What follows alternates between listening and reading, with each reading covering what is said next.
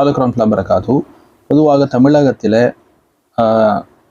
இந்துத்துவா சக்திகள் கலவரத்தை ஏற்படுத்துவதற்காக பண்டிகைகளை கொண்டு வருவாங்க.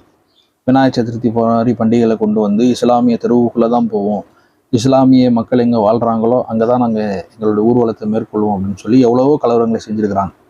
இது உலகம் அறிந்த ஒரு செய்தி. அதே போல் வட மாநிலங்களில் என்ன செய்கிறாங்கன்னா, ராம் நவமி, அனுமான் ஜெயந்தி என்று சொல்லக்கூடிய இப்படியும் சில பேர்களை வச்சுக்கிட்டு நாங்கள் ஒரு பிறநாள் கொண்டாட போகிறோம் அப்படின்னு ஊர்வலங்களாக போய் இஸ்லாமிய மக்கள் வாழக்கூடிய பகுதிகளில் பெரிய கலவரத்தை ஏற்படுத்துறது.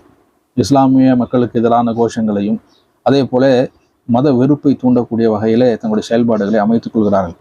இப்படி தான் என்ன பண்ணியிருக்கிறாங்கன்னா, மேற்கு வங்கத்தில் ஜார்க்கண்ட், பீகார் இந்த மாதிரி பகுதிகளில் முர்ஷிதாபாத் என்று சொல்லக்கூடிய இடங்களில் போய் பார்த்தோம்னா பெரிய லெவலில் ஒரு கலவரத்தை செஞ்சுருக்கிறாங்க.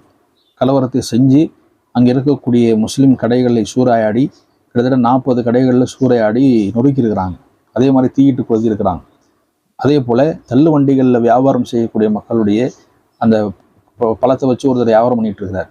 அந்த கடையவே சூறையாடி அந்த பழத்தையெல்லாம் சாப்பிட்டுக்கிட்டே ஊர்வலம் போகக்கூடிய செய்தியெல்லாம் இன்றைக்கு இணையதளங்களில் வைரலாக போய்கிட்டு இருக்கு. இப்படி முழுக்க இறைவன் என்றுடைய கடவுள் என்ற பெயரில் இவர்கள் ஊர்வலங்களை நடத்தி இஸ்லாமிய மக்களுடைய சொத்துக்களை சூறையாடுவதும் இஸ்லாமிய மக்களை கருவறுக்க நினைக்கக்கூடிய விஷயங்களை தான் தொடர்ந்து கடவுளின் பெயரால் செய்கிறாங்க. இது ஒரு காலம் இப்படிப்பட்ட ஒரு சம்பவம் அது எங்கே நடந்தாலும் ஏற்றுக்கொள்ள முடியாது. அதனால் சமீப தேர்தல் நடைபெறக்கூடிய சூழலிலும் கூட இத்தகைய செயல்பாடுகளை ராம் நவமி என்ற பெயரிலே செய்திருக்கிறார்கள் இந்த சங்கிகள்.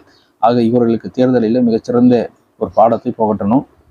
அதே போல் தமிழகத்திலும் அப்படிப்பட்ட சூழல் வராமல் இருப்பதற்காக தயவு செய்து இத்தகைய மக்களை ஆதரிக்காதீர்கள்.